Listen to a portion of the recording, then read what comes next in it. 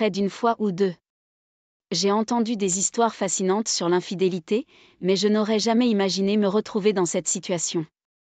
Comment cela s'est-il passé? Et je ne peux toujours pas le comprendre. Il semble que je gagne assez bien ma vie, ma femme n'a jamais manqué de rien et bien des affaires là-bas, des vacances à l'étranger et tout ça. Oui, en principe, une vie intime a toujours été de haut niveau, du moins c'est ce qu'il me semblait avant le résultat. Nos résultats est là. Ma femme se promène et mes cornes grattent déjà le plafond. Cela. Oh, tout cela a-t-il commencé? Dans ma vie, il y a eu assez souvent des conversations ou des rencontres fortuites qui ont changé radicalement toute ma vie. C'est à elle que je dois ma progression de carrière au travail et des connexions utiles en dehors du travail.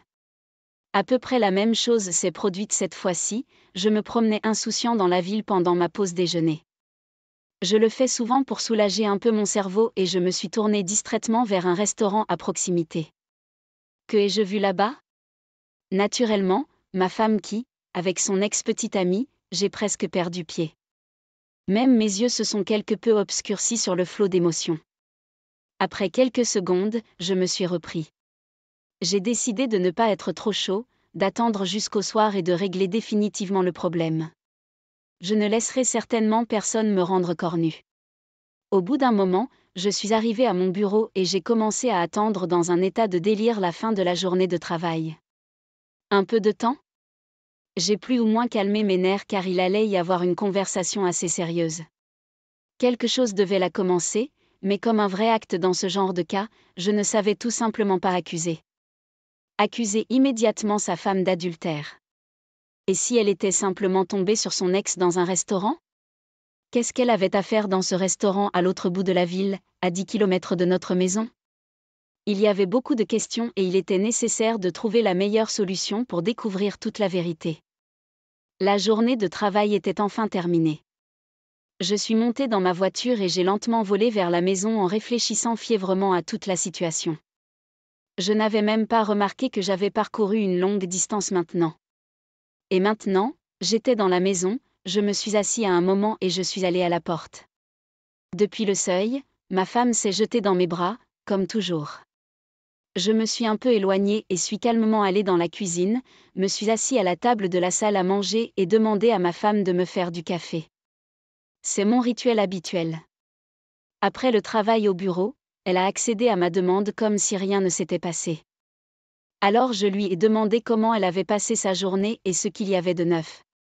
Ma femme n'a même pas branché. Elle m'a menti calmement et directement dans les yeux, disant qu'elle avait marché avec des amis jusqu'au magasin et acheté quelques nouveaux chemisiers. Oui, là j'ai failli tomber de ma chaise à cause de ce genre d'insultes.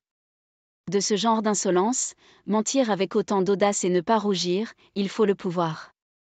Et puis l'idée m'est venue. Nous devons trouver des preuves compromettantes, puis confronter ma femme. J'ai donc décidé de le faire. Le lendemain matin, je suis sortie furtivement et pris les clés de sa voiture, je l'ai ouverte et placé l'enregistreur caché dans un endroit isolé.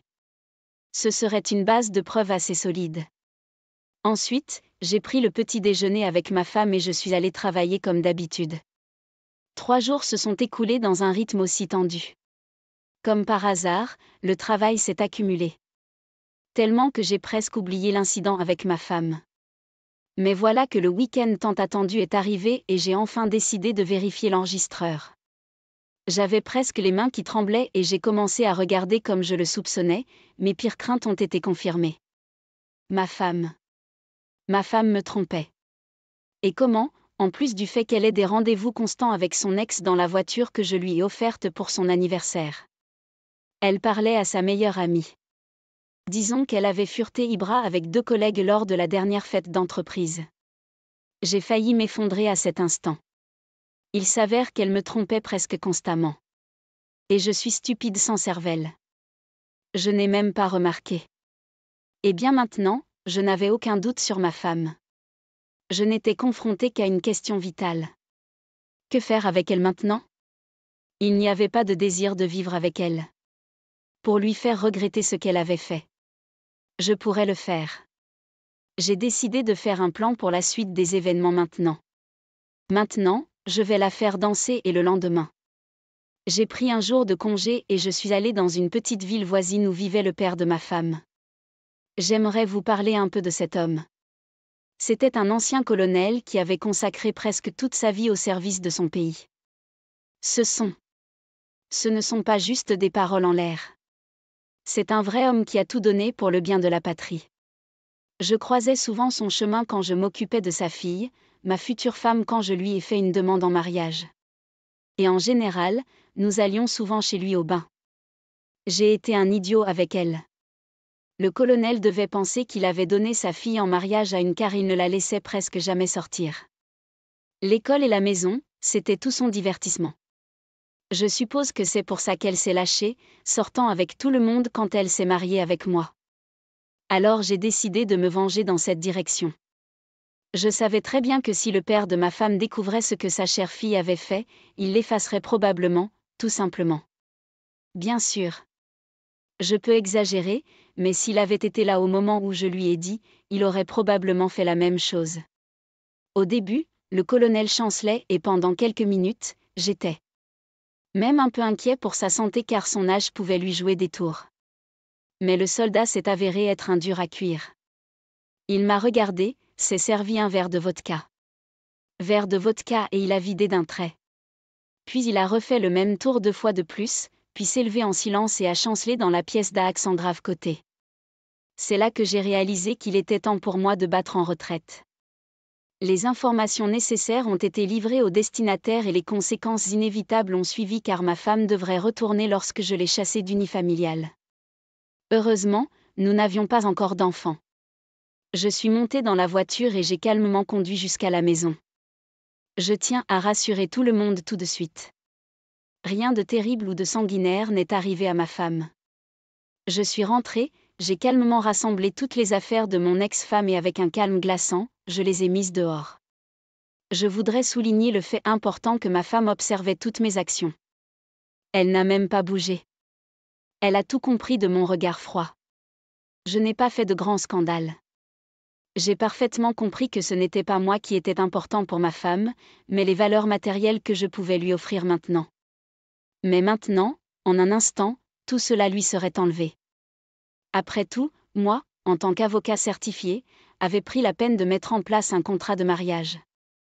Et ma femme perdrait tout ce dont elle avait en toute sécurité ces dernières années. C'est la vraie et surtout cruelle punition pour elle. Et enfin, 1 an plus tard, accident. J'ai accidentellement rencontré une amie de mon ex-petite amie et j'ai demandé si elle allait bien. Elle m'a dit que son père l'avait chassée de la maison et avait cessé tout contact. Maintenant, elle vit en union libre avec un homme en périphérie de sa ville natale. Ils vivent très modestement. On pourrait même dire pauvrement. Mon ex-femme poste souvent sur les réseaux sociaux que c'est moi qui ai ruiné toute sa vie et que j'étais un tel. J'ai vécu avec ma femme pendant plus de 20 ans. Nous avons fêté notre anniversaire il y a 6 mois. Pour cette célébration, notre fille de 21 ans qui s'était récemment mariée nous a offert un nouveau téléviseur moderne. Je ne peux pas dire que notre famille était riche, mais nous avions toujours assez d'argent. Je gagnais bien ma vie et ma femme, étant journaliste de profession, voyage parfois dans d'autres villes en voyage d'affaires. Grâce à quoi elle apporte à la famille un bon revenu ponctuel. Bien sûr, je souhaite qu'elle ne travaille pas du tout, mais elle aime écrire des articles et communiquer avec de nouvelles personnes. Elle ne veut pas renoncer à son métier d'ailleurs. C'est moi qui ai été l'initiateur de son emploi à son dernier lieu de travail, car le poste de direction dans le magazine travaille maintenant. Ma femme est occupée par un ami proche de longue date. En général. J'étais heureux jusqu'à un certain moment, un soir.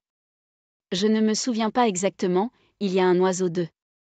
Ma femme m'a dit qu'elle allait dans une ville voisine pour interviewer les rockstars.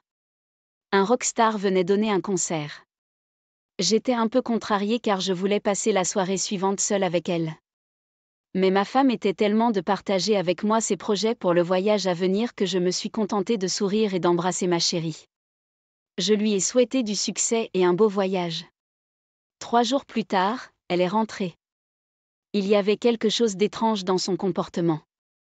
Je me suis demandé plusieurs fois si elle allait bien, si elle avait pu mener à bien ses projets. Et de toute façon, comment s'était passée cette interview ? À toutes mes questions.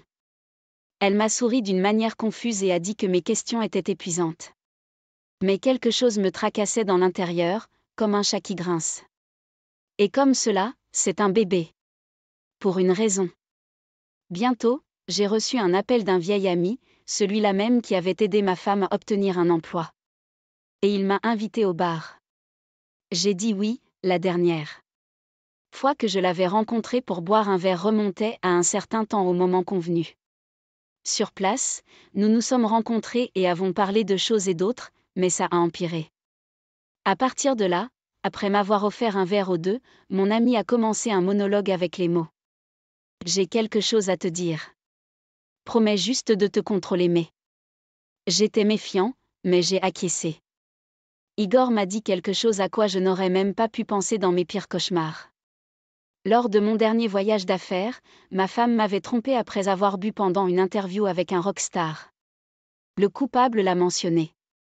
Mon ami a sorti la vidéo de la loge. J'aurais préféré ne pas voir la vidéo. Ma rage, ma rancœur et ma colère n'avaient pas de limite.